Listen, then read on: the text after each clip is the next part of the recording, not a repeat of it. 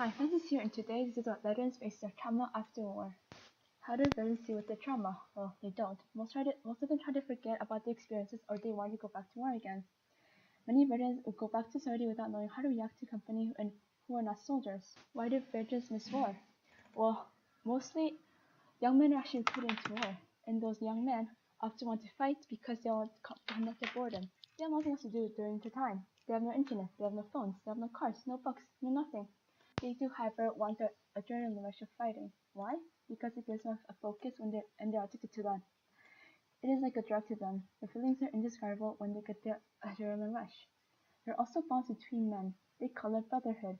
This gives them trust between to save others instead of themselves. But however, after they leave combat, they have a hard time adjusting to society. It's not how to react in an environment where there are no surprise attacks. However, they are also worried to connect with people because they do not trust their lives in their hands.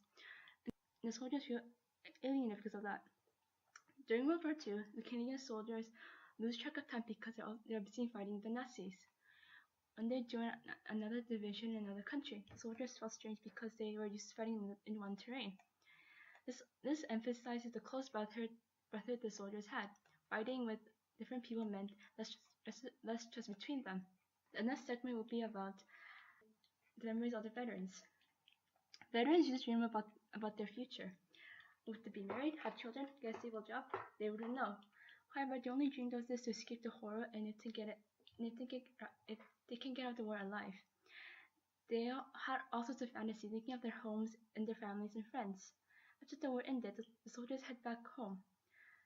The actual journey of coming back home was much more longer and difficult compared to preparing for war. The next segment is the adjustment after the war. Veterans had a hard time sleeping and eating because they're not used to eating such rich food. They were used to eating rations during the time. Sleeping was also hard because they were used to sleeping on hard floors or dirt ground. When the war ended, the soldiers came home. The government set up an employment office for soldiers to find a job, or the soldiers would apply to university and get high-end jobs.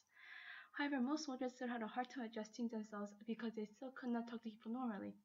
They're still hardwired to fight after years of combat in Iraqi trains the streets of Europe. In the end, we should learn to appreciate our veterans because they're the ones to support and defend our home during one of the most atrocious times of the last century. If we do not help, then who will? While there are hospitals set up to help the veterans, this field does not feel personal because the psychiatrist cannot touch the veterans in terms of emotions. Families should be the one to help out the veterans during their hard times, and families can slowly heal their minds.